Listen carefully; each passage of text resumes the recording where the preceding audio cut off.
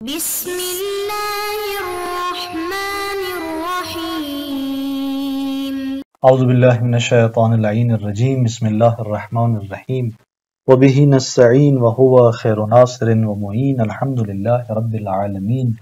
وصلی اللہ علی محمد وآلہ الطیبین الطاہرین۔ ہماری گفتگو کتاب المقاصد کے دوسرے حصے کتاب البیع کے مباحث میں جاری ہے، اور آج کے اس درس کا عنوان فروعات کا بیان، جو گزشتہ درس کے اندر ہم کچھ فروعات کو بیان کر رہے تھے، اسی کے تسلسل میں تیسری، چوتھی اور پانچویں فرق کو یہاں پر شیخ انصاری بیان کریں گے، اور اس کے بعد مکرہ اور عمل اکراہی کی چند صورتیں یہاں پر آگا بیان کرتے ہیں، یعنی مکرہ اور عمل اکراہی کو دیکھتے ہوئے جو صورتیں سامنے آتی ہیں ان میں سے کچھ صورتیں بیان کرتے ہیں کہ آگے پھر جو ہے فروعات کے بعد ان صورتوں کو ہم دیکھیں گے۔ تو اس طرح آج کے ہمارے اس درس کے اہم عناوین اور اہم مطالب ایک یہ کہ مزید کچھ فروعات کا بیان، کہ یہاں پر تیسری، چوتھی اور پانچویں جس میں نے عرض کیا ان فروعات کو بیان کیا جائے گا، اور پھر اس طرح وہ صورتیں جو عمل اکراہی کے اعتبار سے ہیں۔ شیخ انصاری رحمۃ اللہ علیہ اسی تناظر میں تیسری فرق کو بیان کرتے ہوئے فرماتے ہیں کہ وَمِنْ هُنَا يُعْلَمُ،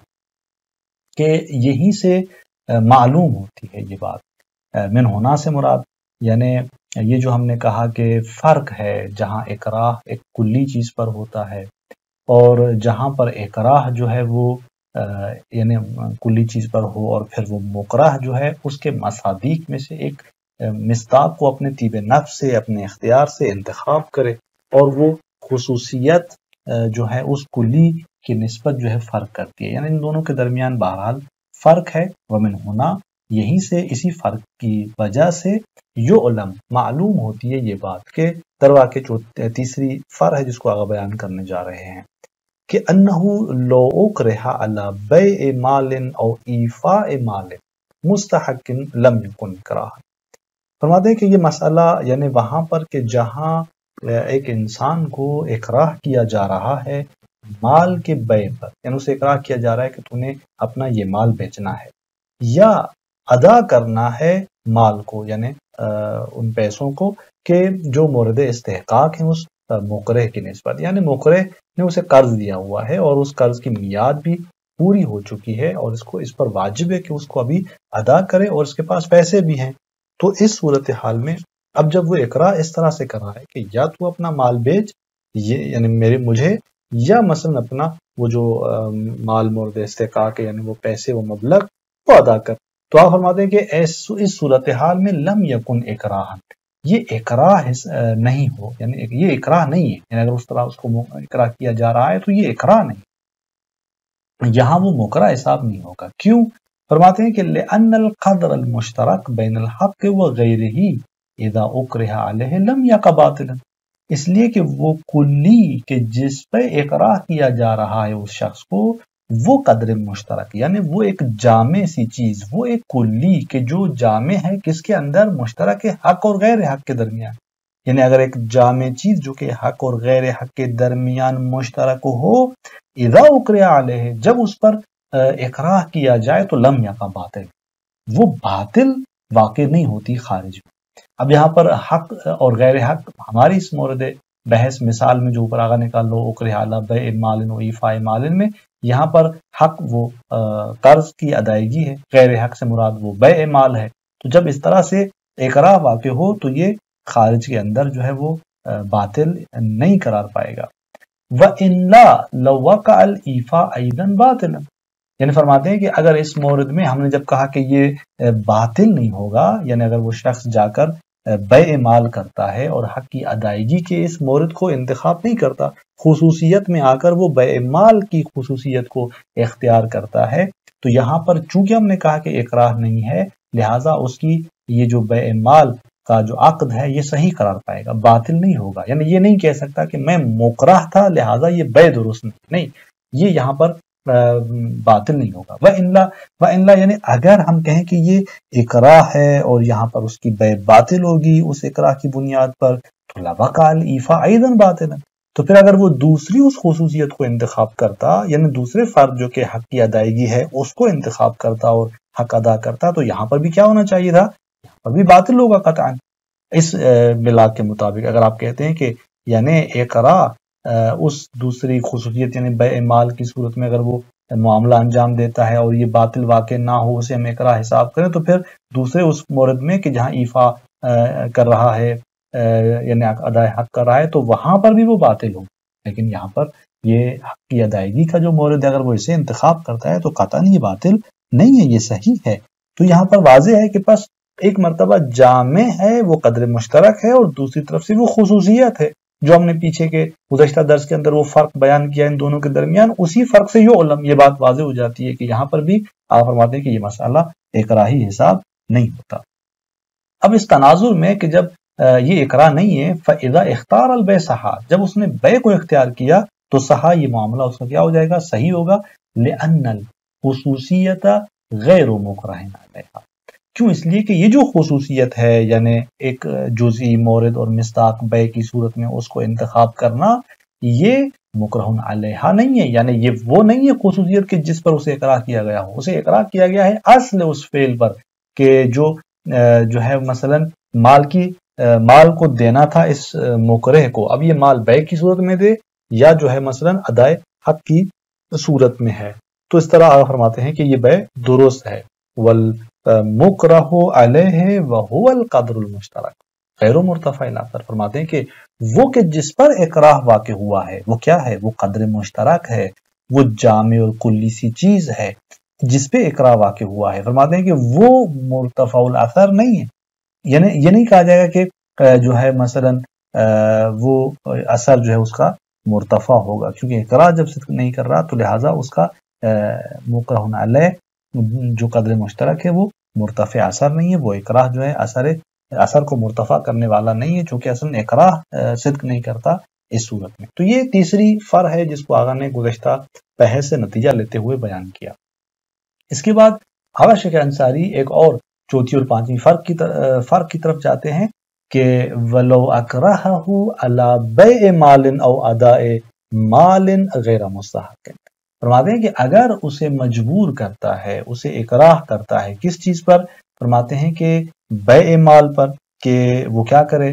مال کو بیع کرے یعنی بیچے اس شخص کو جو مکرہ ہے، او اداء مال، یا مثلا اسے مجبور کر رہا ہے کہ مال کی ادائیگی پر، لیکن وہ مال مورد استحقاق نہیں ہے اس کا، یعنی ایسا نہیں ہے کہ اس پر حق ہے اس کا کہ وہ اس پیسوں کو اس کے حوالے کرے، نہیں، اس طرح اسے مجبور کیا جا رہا ہے بیع مال پر یا ادائے مال پر کہ جو ادائیگی جو مال کی ہے، پیسوں کی ہے، وہ مورد استحقاق نہیں، استحقاق کی بنیاد پر نہیں ہے، تو کانا اکراہ، یہ برعکس ہو گیا۔ ولو اکراہ، اگر اس طرح سے اکراہ ہو رہا ہے تو کانا اکراہ، یہ کیا ہوگا، اکراہ ہوگا۔ کیوں؟ آپ فرماتے ہیں کہ لأنہ لا یفعل البیع، یہاں اگر وہ جا کر اس بیع مال کو انتخاب کرتا ہے، ادائے مال غیر مستحق کو انتخاب نہیں کرتا، اس خصوصیت کو یعنی بیع مال کی خصوصیت کو انتخاب کرتا ہے، تو یہ اس کا انجام دینا بیع نہیں ہے، الا مگر کیوں ہے، فرارا من بدلہ، اس لیے کہ وہ چاہتا ہے کہ اس فعل سے، اس خصوصیت کے انتخاب سے فرار کرے اس کے بدل سے۔ اس کا بدل کیا ہے؟ اس کا بدل غیر استحقاقی مال کی ادائیگی ہے، وہ مال کے جس کا وہ مستحق نہیں ہے شخص، تو اس بدل سے فرار ہونے کے لیے یہ بیع انجام دے رہا ہے۔ او وعیدہی المضرین، یا اگر بدل کے فرار سے نہیں ہے تو اس کے وعید کے فرار سے ہے، جو اس نے اس کو ڈرایا دھمکایا ہوا ہے کہ اگر تو نے یہ کام انجام نہیں کیا تو میں تجھے مار دوں گا مثلا، تو یہاں پر اس کی جو وعید ہے یعنی پس یا بدل کے فرار سے ہے یا وعید کے فرار سے ہے، تو یہ بدل اور وعید دونوں کیا ہیں، المضرین، کہ جو دونوں اس کے لیے ضرر رکھتے ہیں۔ اگر مثلا بیع مال نہیں کرتا، اداء مال غیر مستحق کرتا ہے، تو وہاں پر کیا یہ اس کے لیے فائدہ مند ہے؟ نہیں، نقصان آور ہے اس کے لیے۔ اسی طرح مثلا اگر وہ یہ بیع مال نہیں کرتا، ادھر سے وہ دوسرا یعنی مال کی ادائیگی بھی نہیں کر رہا، تو یہاں پر اس کی جو وعید ہے وہ اس کے اندر گرفتار ہوگا، اس ضرر میں واقع ہوگا جس کی نسبت سے ڈرایا دھمکایا جا رہا ہے۔ تو بس آپ فرماتے ہیں کہ یہ اس طرح سے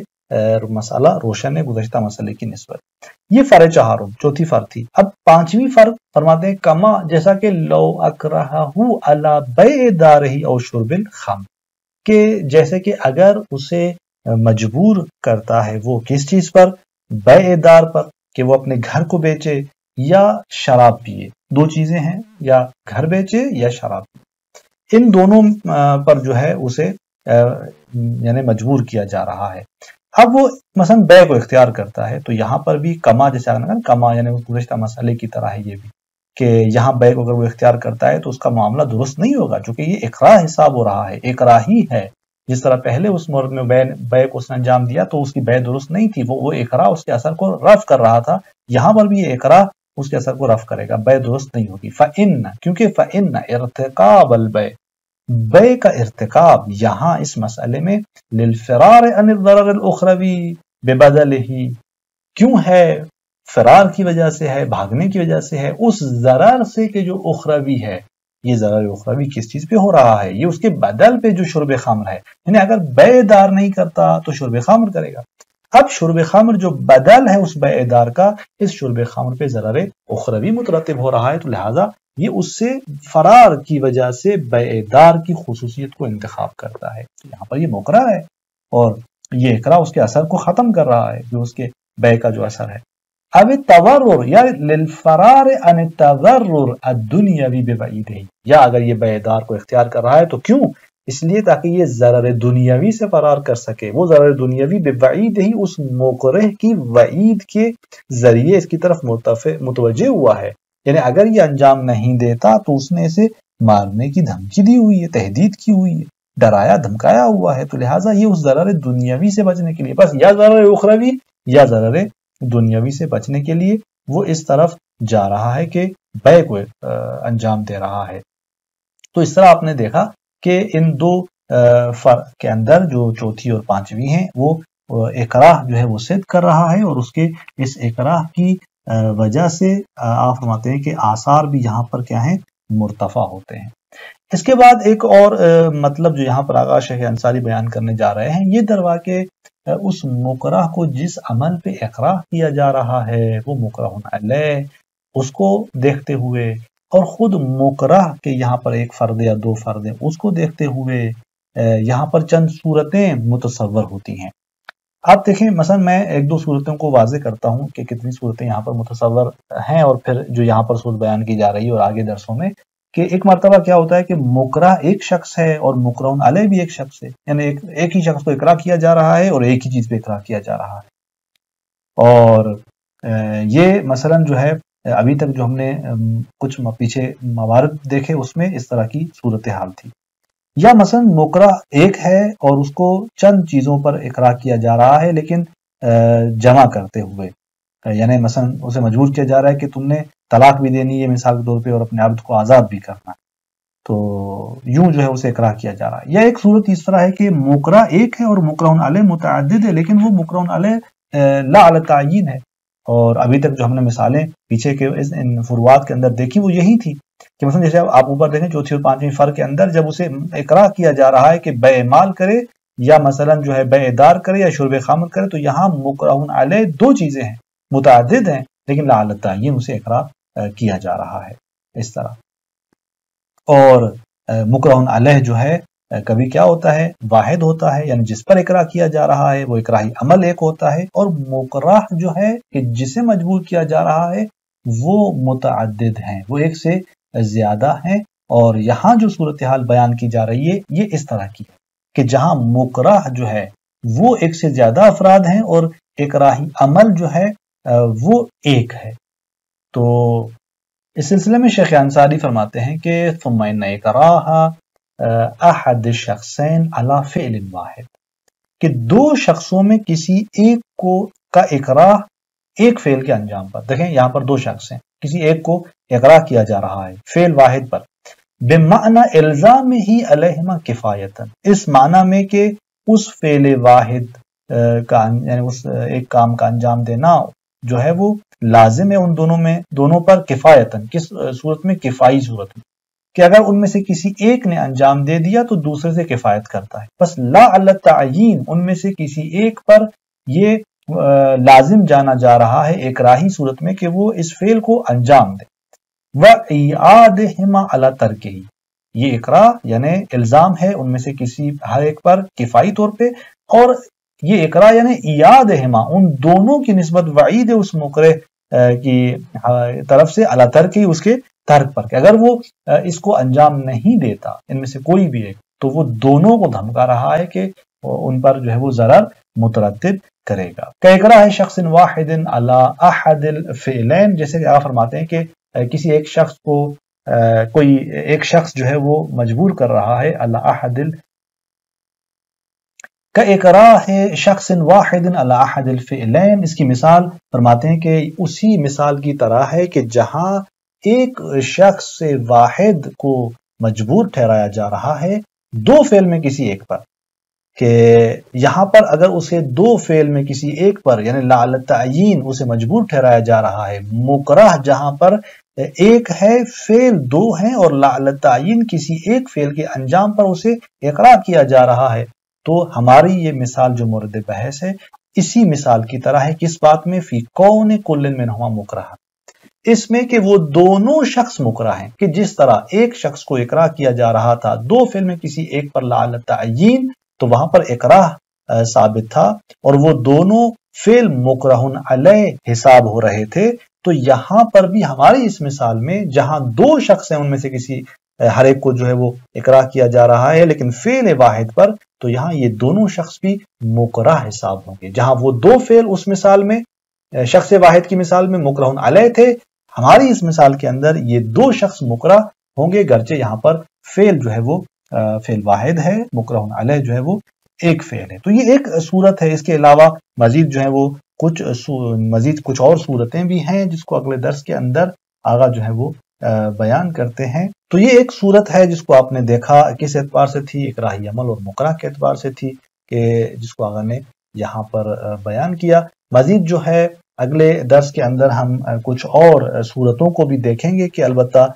وہ ہمارے اصلی اس بحث سے تو مرتبط نہیں ہے جو پیچھے ہم فروعات بیان کر رہے تھے، بلکہ وہاں اگلے درس کے اندر ہم اکراہ کو دیکھیں گے اس اعتبار سے کہ کبھی یہ اکراہ مالک سے تعلق پاتا ہے، کبھی عاقد سے تعلق پاتا ہے۔ اس جہت سے ہماری پیچھے کچھ فروعات بیان ہو گئیں کہ یہاں پر جس کو اکراہ تعلق پا رہا تھا وہ خود مالک تھا اور خود عاقد تھا، لیکن اس کے علاوہ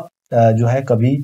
متعدد اور صورتیں بھی سامنے آتی ہیں کہ مالک مکرہ ہے عاقد نہیں ہے، عاقد مکرہ ہے مالک نہیں ہے۔ اس طرح کی صورتوں کو اگلے درس کے اندر ہم بیان کریں گے۔ والسلام علیکم ورحمۃ اللہ وبرکاتہ۔